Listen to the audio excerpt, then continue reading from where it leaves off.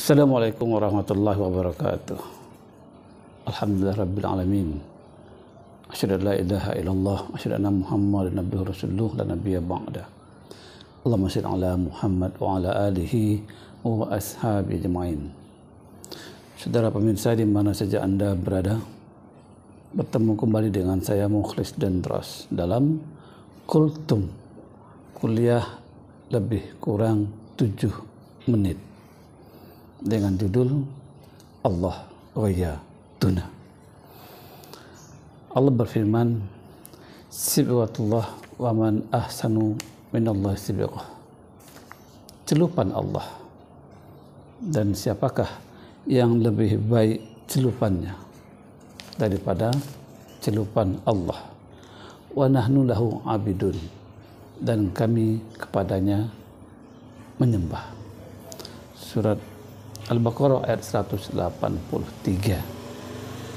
Ketika seseorang telah masuk ke dalam Islam, atau ketika seseorang sudah sebagai muslim, maka dia harus tercelup dengan seluruh ajaran Islam. Ibarat kain putih yang dimasukkan ke dalam wantek yang berwarna merah atau hijau atau kuning, maka kain itu wajib berwarna yang disebutkan tadi. Tidak putih lagi, dia telah tercelup dengan nilai-nilai itu. Begitu juga ketika seseorang menyatakan diri sebagai muslim, atau dia sudah sebagai muslim, maka seluruh pemikirannya, kepribadiannya, perasaannya, aktivitasnya, akhlaknya adalah Islam. Ya ayyuhallazina amanu udkhulu fis-silmi kafah. Hai orang-orang beriman, masuklah ke dalam Islam itu dengan keseluruhannya.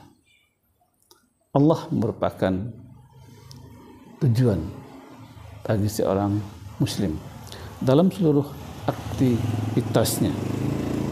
Allah sebagai Tuhan, tempat kita mengabdi, tempat kita bermohon, tempat kita berharap, tempat kita mencintai, tempat kita takut, dan seluruh hidup kita ini diserahkan kepadanya. Wa ma umiru illa liya'budullaha mukhlishina lahuddin. Pada mereka tidak disuruh kecuali untuk menghambakan dirinya, beraktivitas, beribadah, kecuali mengikhlaskan seluruh aktivitasnya kepada Allah SWT.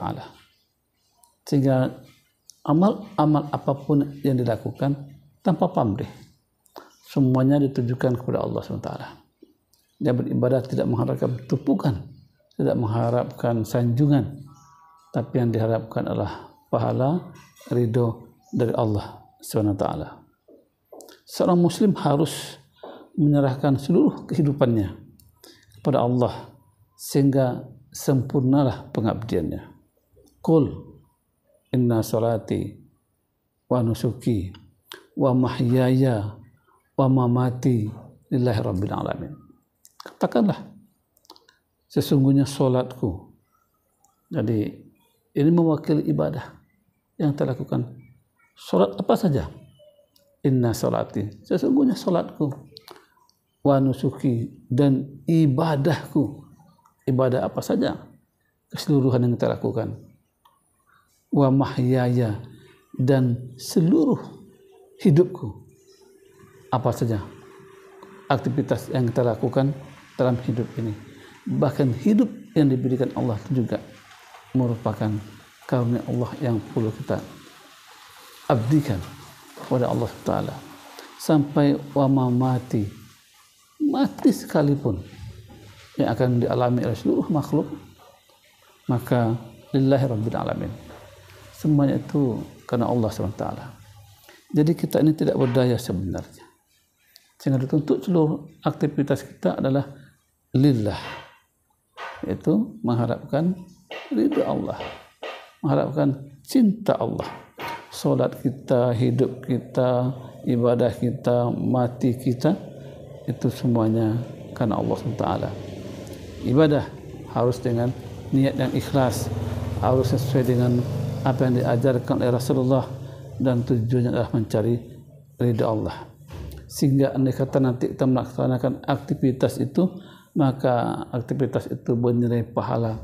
Dan saat melakukan itu kita mengalami kematian, wa mati sekalipun dalam keadaan syahid, nilainya itu lebih besar daripada mati yang biasa.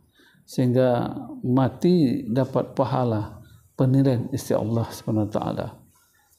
Sehingga seorang muslim memang dia dituntut tidak takut dengan kematian, tapi dia persiapkan kematian itu, karena siapapun juga akan mengalami kematian. Saudara pemirsa, di mana saja Anda berada, Allah merupakan tujuan kita. Apapun juga yang kita lakukan, tujuannya adalah ya Allah. Apakah marah kita, sedih kita, perjuangan kita, semua itu tujuannya adalah untuk Allah SWT, bukan yang lain. Walaupun akhirnya mendapat ridho, mendapat kesenangan, mendapat pujian dari yang lain. Ada seorang bertanya kepada Rasulullah, ya Rasul, bagaimana kalau andai kata orang mendapat pujian dari manusia lainnya setelah mendapat ridho Allah? Maka Rasul mengatakan itu adalah kebaikan yang didahulukan. Artinya bonus yang diberikan di dunia ini. Surah Al-Baqarah ayat 284, Allah berfirman, lillahi ma fis samawati wa ma fil ardh. Jadi kita ini tidak memiliki apa-apa. Kenapa? Semua yang ada di langit dan di bumi ini itu merupakan kepunyaan Allah. Apa saja? Lillahi ma fis samawati wa ma fil ardh. Apa yang ada di langit dan apa yang ada di bumi milik Allah semuanya, bukan milik kita. Walaupun kita memiliki sesuatu, tapi itu sebenarnya itu bukan milik kita, hanya pinjaman, hanya amanah yang diberikan kepada kita. Nah, maka amanah itu perlu dijaga dengan sebaik-baiknya. Wa in tubdu ma fi anfusikum aw tukhfu yasibukum billah.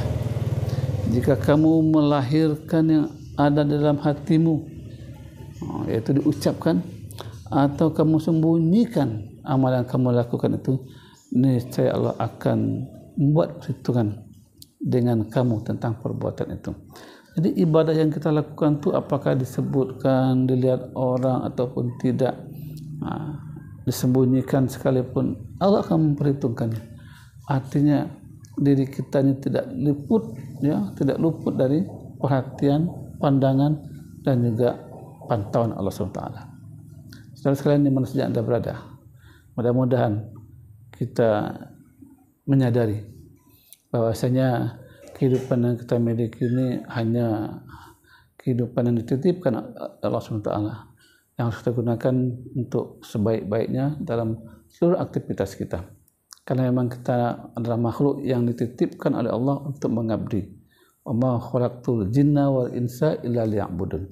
Tidak aku jadikan jin dan manusia kecuali untuk mengabdi, beribadah kepadaku, kata Allah. Maka lakukanlah ibadah itu dengan sebaik-baiknya, dengan setulus-tulusnya, agar ibadah itu bernilai pahala dan semua ditujukan kepada Allah. Allah wa iyatuna. Demikian. Lebih kurangnya mohon maaf. Bila taufiq wal hidayah. Assalamualaikum warahmatullahi wabarakatuh.